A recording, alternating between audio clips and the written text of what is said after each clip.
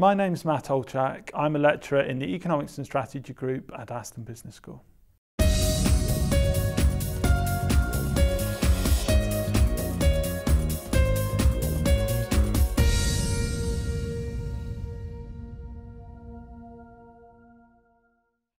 Along with David Saal, I teach a first-year introductory economics class taken by over 400 undergraduates in the business school.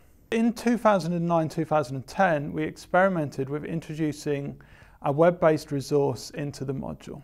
This web-based resource is known as My Econ Lab, and this is compatible with a wide range of different textbooks.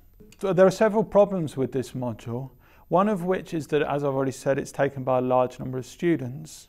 In addition, these students have very different backgrounds. Some students have done economics before, whilst for others this will be the first time that they see any economics. So the web-based resource provided students with opportunities to check their understanding of the lecture material and enabled me to provide them with rapid feedback on their understanding. Another excellent feature of the web-based resource is it provides students with an individually tailored study plan.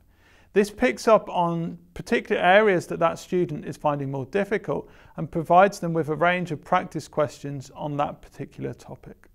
There were two ways in which students could gain access to the resource. Firstly, with access codes obtained by purchasing the core course textbook, and secondly, with access codes purchased and provided by the business school for students that were not willing or able to purchase the textbook.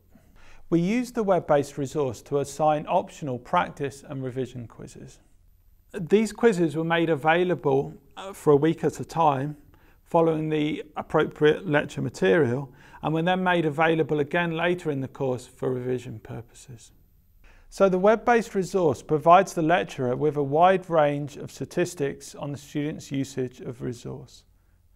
How well they're doing on the quizzes, how much time they spent doing them, and when they're doing them.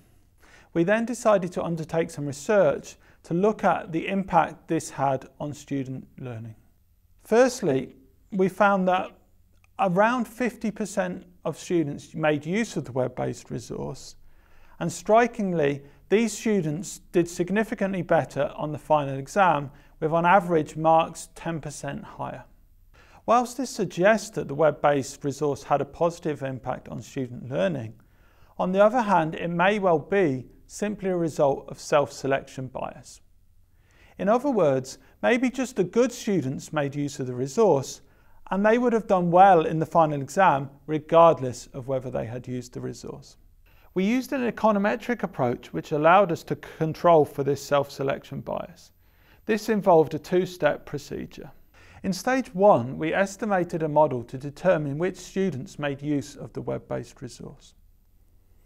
In the results of this stage, we found that the older students were less likely to use the resource, and students that had their previous education in comprehensive or grammar schools were more likely to use the resource. In stage two, we estimate the impact using the web-based resource had on student performance in the final exam. Crucially, using the results from stage one to control for the possible self-selection bias. Our key finding is that even after taking into account the possibility of self-selection bias, using the resource had a positive and significant effect on student learning. This finding has helped to encourage us to further integrate My Econ Lab into our teaching of the module, and we now use the web-based resource for assessment purposes as well.